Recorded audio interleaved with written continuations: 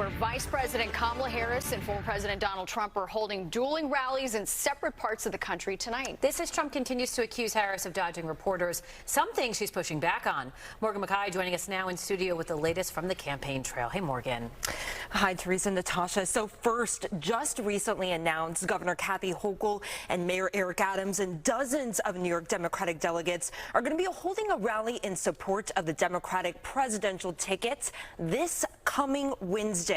But this comes as Vice President Kamala Harris is facing increased pressure to sit down for an interview or to hold a press conference outlining some key parts of her platform.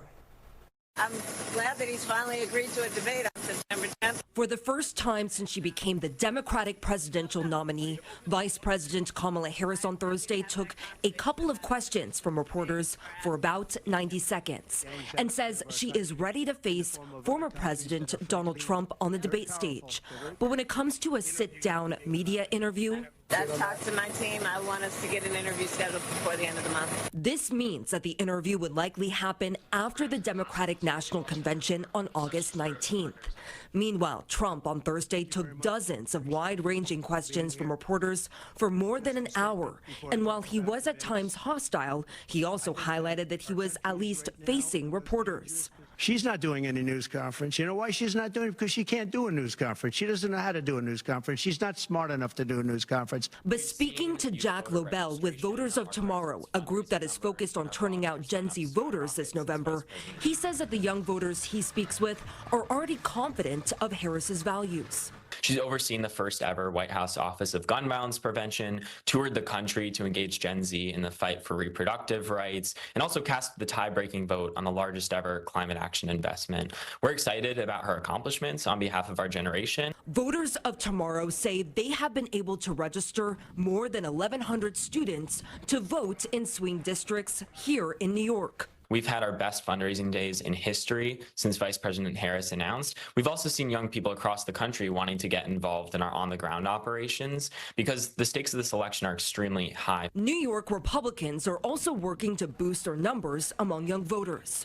Bobby Walker with the New York State Young Republicans says that the GOP recognizes the importance of the Gen Z vote this year. We're doing texting to college students who are newly registered or who have voted absentee in the past to do absentee chasing to get absentee ballots turned in. Now, Harris and her VP pick, Tim Walz, are speaking in Arizona later tonight, and Trump is headed to Bozeman, Montana, where he will also be giving a speech. And that is actually where I also grew up. Oh, very nice. Yeah, you're from Montana. Let's talk a little bit about Harris then not really talking to the media, or at least sitting down for an interview. What do you think the reluctance is behind that? Look, there's only 87 days until the election. So right now, Harris is focused on just getting out her message, going and touring some of those swing states. So right now, she doesn't really want to divide the party. She wants to unite Democrats. And there are some sticky issues that she likely doesn't want to address, like the Israel-Gaza war, you know, some of the minute details on health care and so forth. So right now, she's really focused on energizing and getting out the Democratic vote. But she will have to sit down and address those issues eventually. Yeah, talk about the policy. Exactly. Right? Yeah. She likely just wants to get through the convention, and it has only been a couple weeks, but sitting down for an interview like that, taking those tough questions, that's what democracy is all about. So she's going to have to do it eventually, and hopefully sooner rather than later. We do know that she's going to be at the debate, though, September the 10th.